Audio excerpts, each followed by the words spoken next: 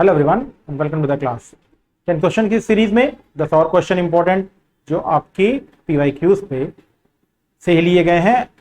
10 question की series करते करते हम 36 सीरीज पे आ गए हैं। It means 360 questions and it also means that more than 300 topics. Let starts. First question है the concept of normal cycle of erosion. देखिए, सामान्य चक्र, अपर्दन का सामान्य चक्र, ये यह वर्ड याद रखिएगा। अपर्दन का सामान्य चक्र, ठीक है।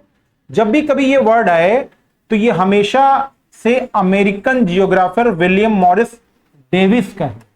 कभी भी कोई कंफ्यूजन मत पालिएगा। जब भी ये स्टेटमेंट आएगा तो ये विलियम मॉरिस डेविस के साथ जाएंगे।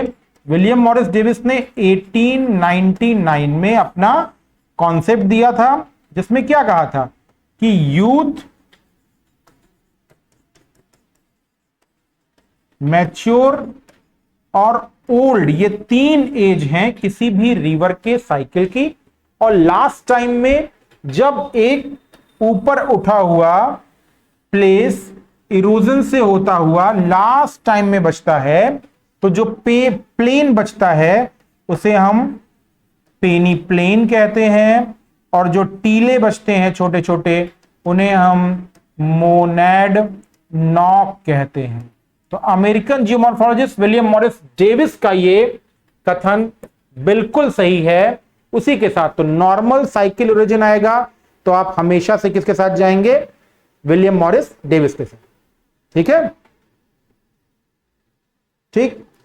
फिर दूसरा, अगर पिंक दिया है तो पिंक के साथ मॉर्फोलॉजिकल सिस्टम, मॉर्फोलॉजिकल सिस्टम, ये जो चक्र मॉर्फोलॉजिकल सिस्टम बताया पिंक ने, और डेविस का जो ये साइकिल या चक्र वर्ड है ना, इसको क्या कहा? ये भ्रामक है। ठीक है, चलिए।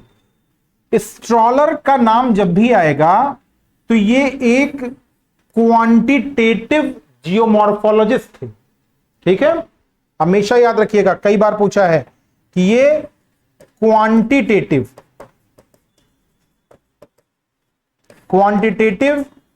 जियोमॉर्फोलॉजी, क्वांटिटेटिव जियोमॉर्फोलॉजी में के एडवोकेट थे। एडवोकेट मतलब उसकी तरफदारी करते थे। ठीक है, यानी मात्रात्मक जियोमॉर्फोलॉजी। फिर स्ट्रॉलर, पिंक ने क्या कहा? Morphological system. ठीक है, थॉर्नबरी के लिए सबसे इंपॉर्टेंट बात क्या है? उनकी प्रिंसिपल्स ऑफ जियोमॉर्फोलॉजी बुक थी थॉर्नबरी की। कौन सी बुक थी? Principles of geomorphology book, principles of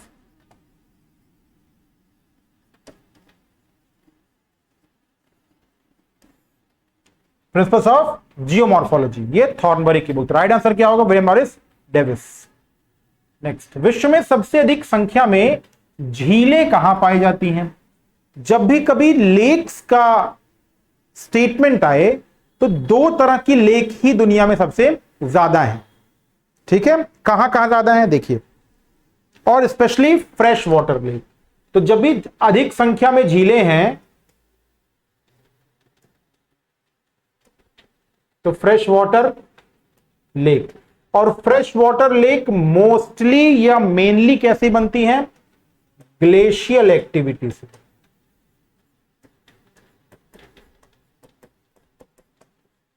यानी जहां जहां पे भी ग्लेशियर का ट्रीटिंग और रीट्रीटिंग होगा उसकी वजह से क्या बनेंगी? क्या बनेंगी उसकी वजह से? लेक्स बनेंगी।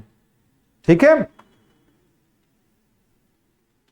अब इनमें से कह रहा है कि कहां पे सबसे ज्यादा ग्लेशियल, सबसे ज्यादा लेक्स होंगी। पहला कह रहा है कैनेडियन शील्ड। कैनेडियन शील्ड जब आप मैप देखेंगे ऐसे, तो इस मैप में आपको यहां से लेकर के और निपिगन तक ठीक है, निपिगंतक लगातार ग्लेशियल लेक्स आपको मिलेंगी वहां पे। रेंडियर है, अथाबास्का है, विनिपेग है, ग्रेट बियर है, ये सभी लेक्स आपको मिलेंगी।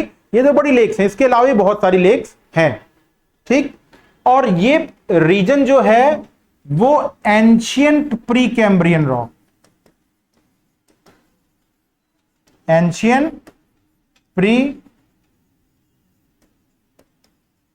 Cambrian rock. कहां पे था ये? एंशियंट प्री कैम्ब्रियन रॉक, प्राचीनतम प्री कैम्ब्रियन चट्टानी वाले क्षेत्रों में।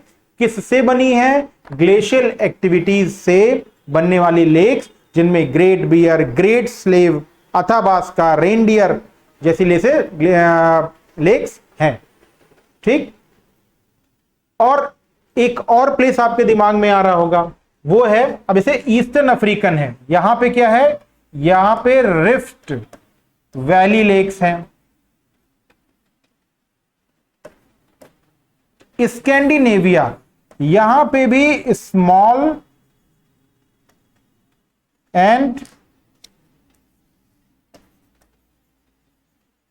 सेवरल ग्लेशियल लेक्स, बहुत सारी ग्लेशियल लेक्स हैं, but not as much as in the Canadian Shield, लेकिन कैनेडियन शील्ड से ज्यादा नहीं है। ठीक है, फिर तीसरा है साइबेरियन लेक। बैकाल को छोड़ दिया जाए तो कोई भी बड़ी लेक है, लेकिन उनकी संख्या क्या है? नंबर्स। इन जितने भी रीजन है ना, हर जगह लेक्स है, लेकिन नंबर्स में क्वेश्चन पूछ रहा है ना, तो वो सबसे ज्यादा कहां पर है? कैनेडियन शील्ड में है। मैप उठाएंगे, आपको हंड्रेड्स ऑफ जो लेक्स हैं वो आपको लिखी भले ना हो, ब्लू ब्लू कलर से आपको वहां पे मिलेंगे। ठीक है, चलिए नेक्स्ट क्वेश्चन।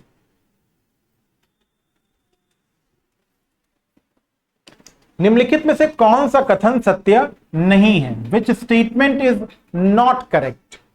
नदी का अधिकतम दबाव एक स्थगन में चलता है। क्या लिखा है? The maximum load of river moves in suspension, यानी नदी जो है उसका जो मैक्सिमम लोड है वो उसमें कैसे चलता है? लटकते हुए चलता है। स्टेटमेंट एक, the river erodes the vertical bank more than the gentle bank, यानी नदी अपने लंबवत काट को सीधे तट की अपेक्षा अधिक काटती है।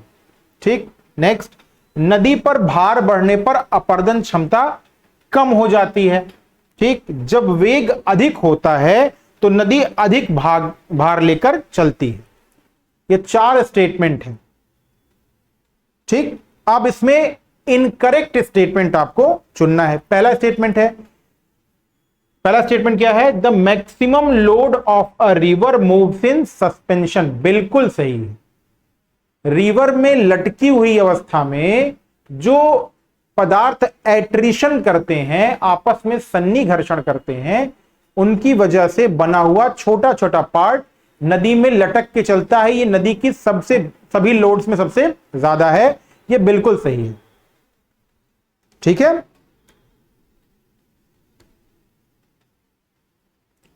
तो जो घुला हुआ है उससे भी ज्यादा इसमें सस्पेंशन होता है, ये हमेशा ध्यान रखिए। फिर दूसरा कह रहा है the river erodes the vertical bank more than the, सामने की अपेक्षा लंबवत कटान। सोचिए 5000 मीटर गहराई, 6000, 4000, 3000 मीटर गहरी वैलीज हैं।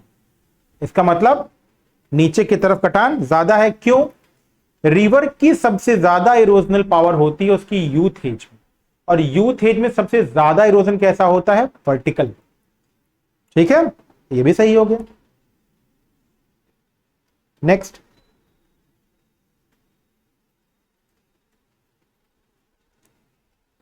मोर the load of a river less is the erosive capacity. नदी का भार बढ़ने पर, भार बढ़ेगा तो अपर्दन क्षमता कम हो जाती है।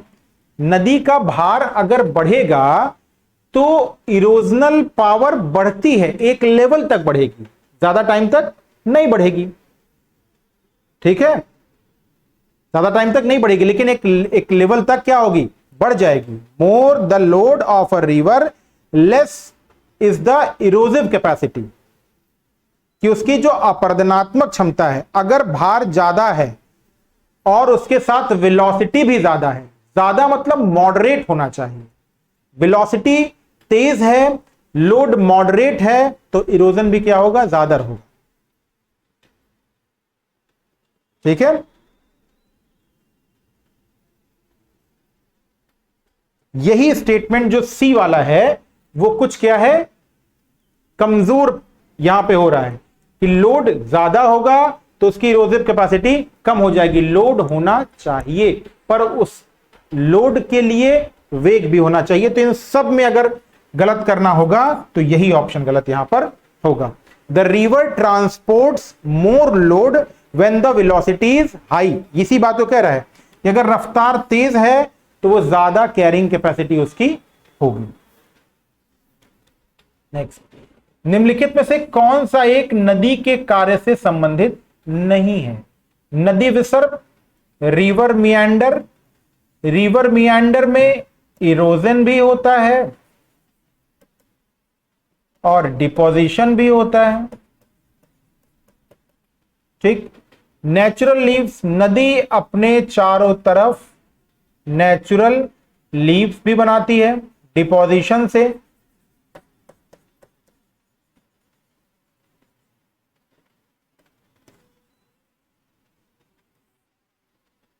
संदूर और याजू, दो ये वर्ड हैं, संदूर और याजू।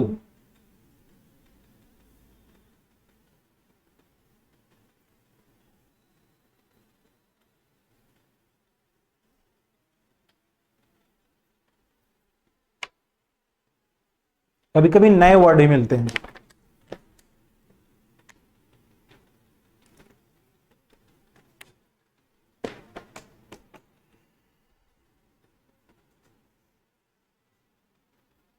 संदूर जो है ना, ये क्या है,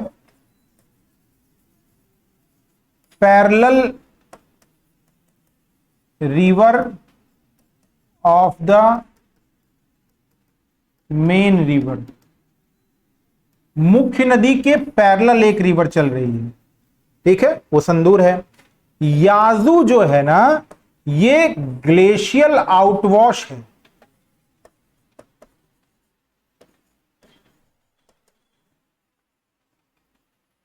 ये क्या है, ग्लेशियल आउटवॉश है, तो इसमें याजू ही नहीं होगा।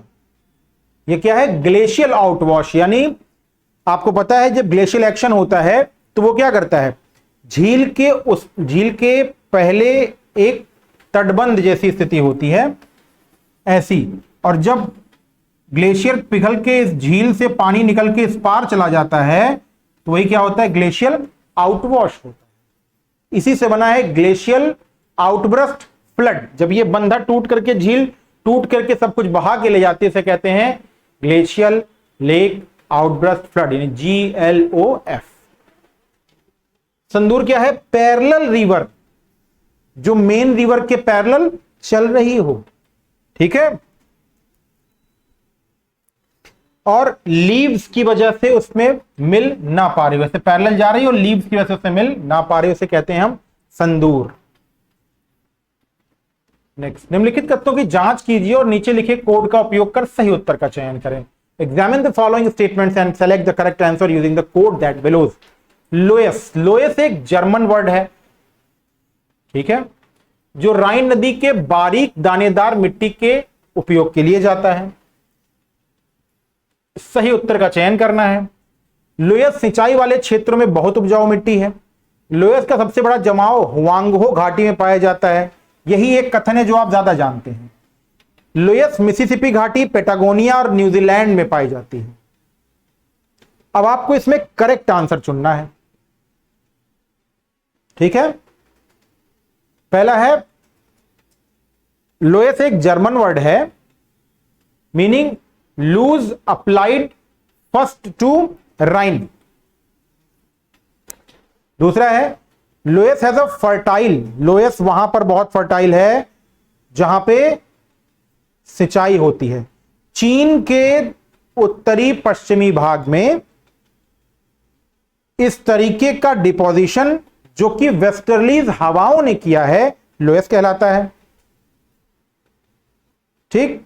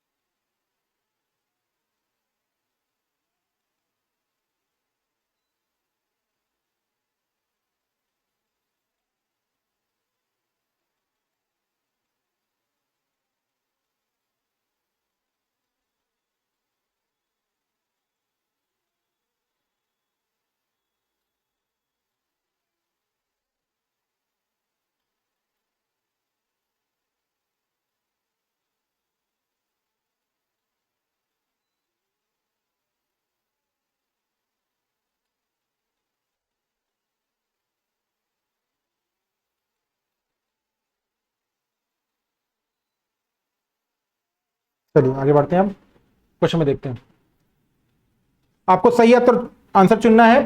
तो लोएस एक जर्मन शब्द है जो राइन नदी घाटी के बारीक दानेदार मिट्टी के उपयोग के लिए किया जाता है। लोएस सिंचाई वाले क्षेत्रों में बहुत उपजाऊ मिट्टी है। ठीक, जहां पर इरिगेशन होगा वहां लोएस उपजाऊ मिट्टी है। तीसरा ऑप्शन एकदम क्लियर है, यानी जहां जहां तीन है वो सब सही है। तो अनफॉर्चुनेटली तीनों में है। कह रहा है मिसिसिपी घाटी में लोएस है, पैटागोनिया में लोएस है और न्यूजीलैंड में भी लोएस पाया जाता है। क्या ये करेक्ट है? बिल्कुल। लोएस सिर्फ यही नहीं, लोएस इंग्लैंड में भी पाया जाता है। जहां पे वो बारीक रेत आकर डिपॉजिट होगी वहां लोएस पाया जाएगा। तो कई जगह लोएस ज्यादा और कम अलग अलग है। ज्यादा लोएस कहां मिलती है? ये वही चीन वाले रीजन में लोएस का प्लेन सबसे ज्यादा महत्वपूर्ण है। और चीन का भी कौन सा रीजन? नॉर्थ वेस्टर्न रीजन, होंगहो में वही होंगहो में वही येलो यानी कि पीले रंग की जो रेत है वही मूव करती है। इसे होंगहो के रीजन को हम क्या कहते हैं? जहां पे होंगहो जाके मिलती है उस रीजन को हम येलो प्लेन कहते हैं, येलो सी कहते हैं, सॉरी प्लेन नहीं। ठीक है, और वो एरिया कौन का है? शेंसी। ठीक है, शेंसी एरिया है।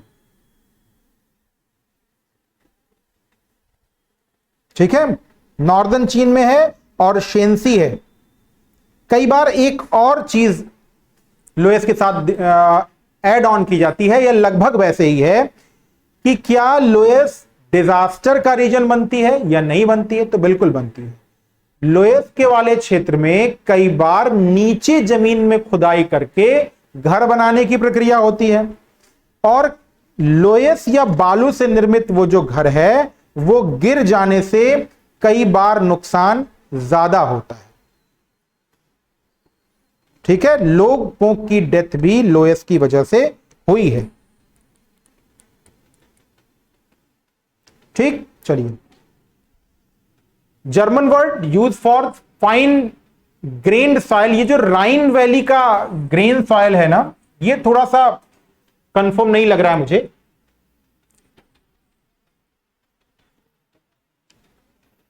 उपजाऊ मिट्टी है, ये भी सही है, प्रोडक्शन होता है इसमें। हुआंगहो घाटी में हुआ, ये भी सही है। पैटागोनिया तो 2 3 4 तो एकदम क्लियर लग रहा है इसमें, 2 3 4 है भी ये। तो राइट आंसर का 2 3 4 ही होगा, पहला वाला नहीं होगा। ठीक है, चलिए नेक्स्ट पे आते हैं। निम्नलिखित में से कौन सा कथन सत्य नहीं है?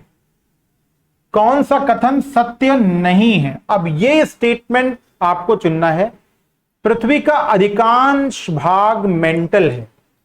कैसे पहचानेंगे अधिकांश भाग मेंटल है?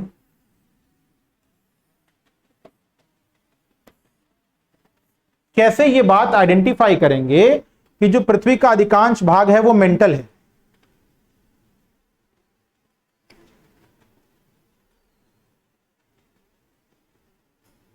क्योंकि उसकी एक डेप्थ होगी, उस डेप्थ के थ्रू, उस गहराई के थ्रू हम ये बात समझ पाएंगे कि कितना परसेंट भाग मेंटल में है और कितना परसेंट भाग कोर में है। 32% भाग, हमेशा याद रखिएगा, 32% पार्ट जो है, और कितना, क्या 32 कोई मास का है या वॉल्यूम का? तो 32% पार्ट ऑफ द मास वो किसमें है? कोर में है। ठीक ठीक ऐसे ही 68% जो मास है वो कहां पर है? मेंटल में। वॉल्यूम भी एक पार्ट है इसका। ठीक है, मेंटल में 83% क्या? वॉल्यूम। 83% वॉल्यूम। कोर में 16% वॉल्यूम। तो आप देख पा रहे होंगे कि मास का कोई भी परसेंटेज क्रस्ट के पास नहीं है, वॉल्यूम का ही 1% है। तो पृथ्वी का अधिकांश भाग मेंटल में है। किलोमीटर में देखेंगे तो 30 से लेकर के 2900 किलोमीटर। पृथ्वी की परत सियाल से बनी है, यानी ऊपरी परत। सागर तल सीमा से बना है, सीमा सियाल के ऊपर तैर रहा है। 3 स्टेटमेंट है, तीनों में आप पता लगा लेंगे। तो पृथ्वी का अधिकांश भाग मेंटल है, बिल्कुल सही है। पृथ्वी की ऊपरी परत किसकी बनी हुई है? सियाल की बनी है। तो सियाल सीमा पे तैरेगा ना, सीमा सियाल पर नहीं तैरेगा। डी ऑप्शन गलत। Col, the term of col is associated with glacier, नदी, भूमिगत जल या समुद्र की लहरें। जनरली आप कोल वर्ड यूज करेंगे कुछ जगहों पर, तो वो एक जनजाति के लिए होता है। ठीक है, लेकिन यहां पे कोल वर्ड जो है वो ग्लेशियर से रिलेटेड है, जो कि एक डिप्रेशन, जो कि किससे रिलेटेड है? एक डिप्रेशन यानी गर्तनुमा संरचना है ग्लेशियल रीजन में। और ग्लेशियल रीजन में जो माउंटेन रीजन होता है वहां पर इस तरीके की डिप्रेशन या इस प्रकार के गर्त से क्या बनता है? कोल। ठीक है, तो कोल क्या है? एक डिप्रेशन है या पास भी है। डिप्रेशन मतलब निचला भाग, और पास भी कह सकते हैं उसे। ठीक है, माउंटेन रीजन में मिलेगा हमेशा, और इसी से क्या बनता है? Mountain passes.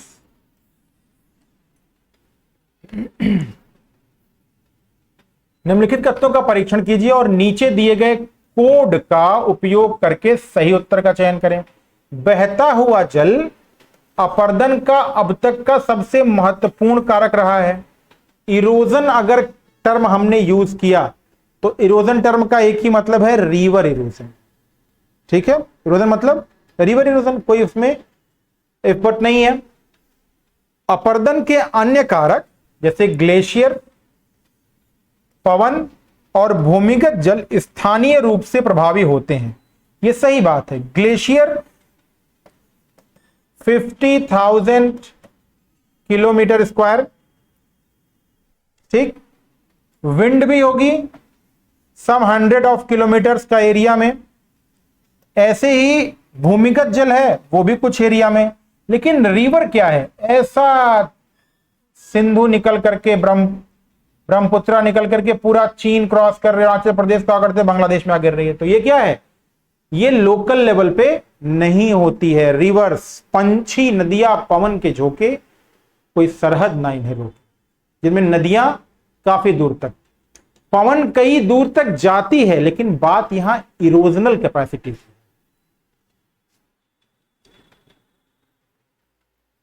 तो एक और दो क्या है, दोनों ही सही हैं।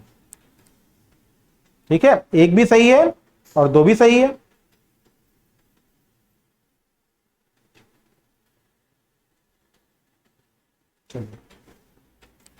नेक्स्ट क्वेश्चन, उष्णकटिबंधीय चक्रवातों की उत्पत्ति के लिए आदर्श स्थितियां कहां पाई जाती हैं? ट्रॉपिकल साइक्लोन क्या है, एक डिप्रेशन है, लो, और उस लो में बाहर से अंदर की तरफ हवाएं मूव करती हैं। ठीक, भूमध्य रेखीय महासागरों में नहीं, यहां पे नो कोरियालिस फोर्स, कोई कोरियोलिस फोर्स नहीं है, इसीलिए यहां पे किसी भी तरीके का साइक्लोन नहीं है। इक्वेटर पे थंडर स्टॉर्म आते हैं, हमेशा याद रखिएगा। इक्वेटर पे क्या है,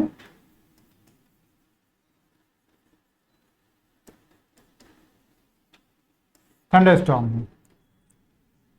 उष्णकटिबंधीय महासागरों के पश्चिमी तटों पर, उष्णकटिबंध है ये, ठीक, कह रहा है इसमें महासागरों के पश्चिमी तट पर, बिल्कुल, क्यों, क्योंकि ट्रेड विंड ऐसे आएगी ना, तो ट्रेड विंड पूरब से आएगी, ये ओशन है, ट्रेड विंड ऐसे आएगी, ठीक है, तो बने हुए साइक्लोन को क्या करेगी, महासागरों के पश्चिमी तट पर लाएगी, ये बिल्कुल सही है।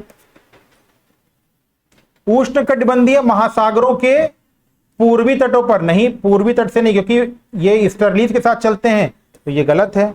शांत पवन पेटी में नहीं, शांत पवन पेटी में कभी भी ट्रॉपिकल साइक्लोन्स की कंडीशन नहीं बनती है, उसी के सहारे आगे की तरफ बढ़ते हैं, लेकिन वो नहीं है। अच्छा, western margins of tropical ocean, उष्णकटिबंधीय महासागरों के पूर्वी तटों पर बिल्कुल नहीं है, उष्णकटिबंधीय महासागरों के पश्चिमी तट पर। और डोल्ड्रम, अब इसमें एक से ज्यादा ऑप्शन सही होने चाहिए, क्योंकि अक्सर ट्रॉपिकल साइक्लोन्स डोल्ड्रम के अंदर तो नहीं बनते, डोल्ड्रम की शांत पेटी में तो नहीं, लेकिन शांत पेटी के साथ ये चलते हैं। तो अब यहां पर दो ऑप्शन करेक्ट हो सकते हैं, ठीक है, दो ऑप्शन करेक्ट हो सकते हैं, लेकिन अब ये करेक्शन कैसे तय होगा कि कौन सा है ज्यादा अच्छा? क्या है, western margins of the tropical ocean, ठीक है, क्यों? क्योंकि 26 से 27 डिग्री सेल्सियस टेम्परेचर पर ही साइक्लोन्स फॉर्म होते हैं, और 5 से 15 डिग्री लेटीट्यूड के बीच में ज्यादा इफेक्टिवली बनते हैं, समटाइम्स टू 30 डिग्री लेटीट्यूड, कभी कभी क्या होता है 30 डिग्री अक्षांशों तक भी ये पाए जाते हैं। इक्वेटोरियल रीजन में क्यों नहीं पाए जाते हैं? क्योंकि कोरियोलिस फोर्स नहीं है। ईस्टर्न मार्जिन में क्यों नहीं आते हैं? क्योंकि वहां पर मोस्टली कोल्ड करंट्स हैं। और डोल्ड्रम में क्या है, क्योंकि लो प्रेशर है और वीक कोरियोलिस फोर्स होता है, इसलिए यहां पर बनते नहीं है। ठीक है, चलिए आगे बढ़ते हैं हम। नेक्स्ट, निम्नलिखित में से कौन सा देश भूमिबद्ध भूआब है? बुल्गारिया, जॉर्जिया, हंगरी या रोमानिया? अब इस तरीके के क्वेश्चन के लिए आपको क्या चाहिए? मैप चाहिए। बिना मैप के आप कर पाएंगे? नहीं कर पाएंगे, लैंड लॉक कह रहा है ना। ठीक है, चलिए मैप जब फॉर्म करेंगे यहां पे, तो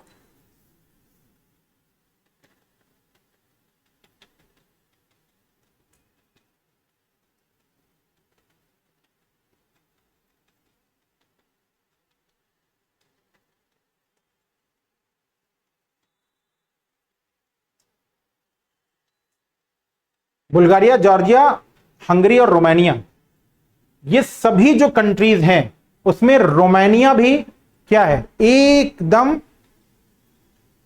कोस्टल एरिया में है, ठीक। और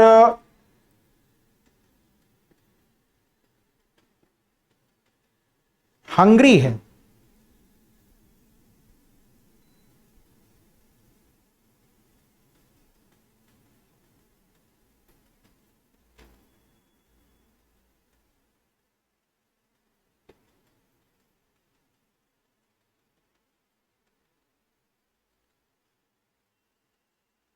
ठीक। चलिए, ये ब्लैक सी है, इसी को ध्यान में रख करके हम देखते हैं कि कौन सी कंट्री कहां पर है। ब्लैक सी हो गया, एक एक करके। रोमानिया ब्लैक सी का नॉर्थ पार्ट है, ये है रोमानिया,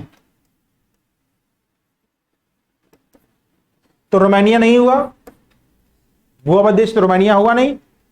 फिर उसके बाद दूसरा है बुल्गारिया, बुल्गारिया भी ब्लैक सी से लगा हुआ है यहीं पर, तो ये भी नहीं हुआ। हंगरी बचा हुआ है, जॉर्जिया बचा हुआ है, ठीक। एजियन सी के पास यहां पर ग्रीस है ही, हंगरी और जॉर्जिया। हंगरी जो है ना वो इनलैंड है,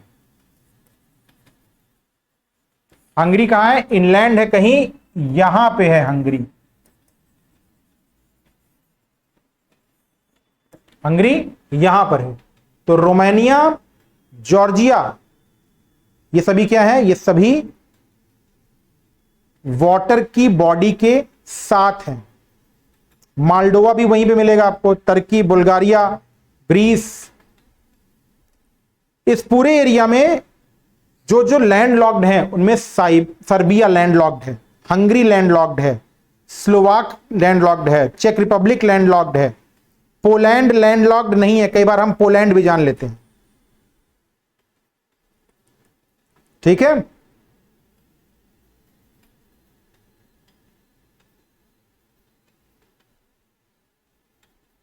तो Romania, Turkey, Bulgaria, Montenegro, Greece, Albania, Macedonia भी लैंडलॉक्ड है। मैसिडोनिया, मैं नाम पढ़ रहा हूं, मैप मेरे सामने है, मैसिडोनिया भी लैंडलॉक्ड है, बहुत इंपॉर्टेंट है। मैसिडोनिया देगा तो आदमी कंफ्यूज हो सकता है, बाकी सभी इसमें लैंडलॉक्ड है। हंगरी, बुडापेस्ट लैंडलॉक्ड नहीं, लैंडलॉक्ड है। रोमानिया लैंडलॉक्ड नहीं है, तो हंगरी यहां पर राइट है, ठीक है। चलिए, आज के इस क्लास में इतना ही। एक क्वेश्चन जो है वो लोएस वाला, वो मैं एक बार फिर आपको कंफर्म करके नीचे कमेंट बॉक्स में दे दूंगा, ठीक है। चलिए, आज के लिए क्लास में इतना ही, गुड बाय।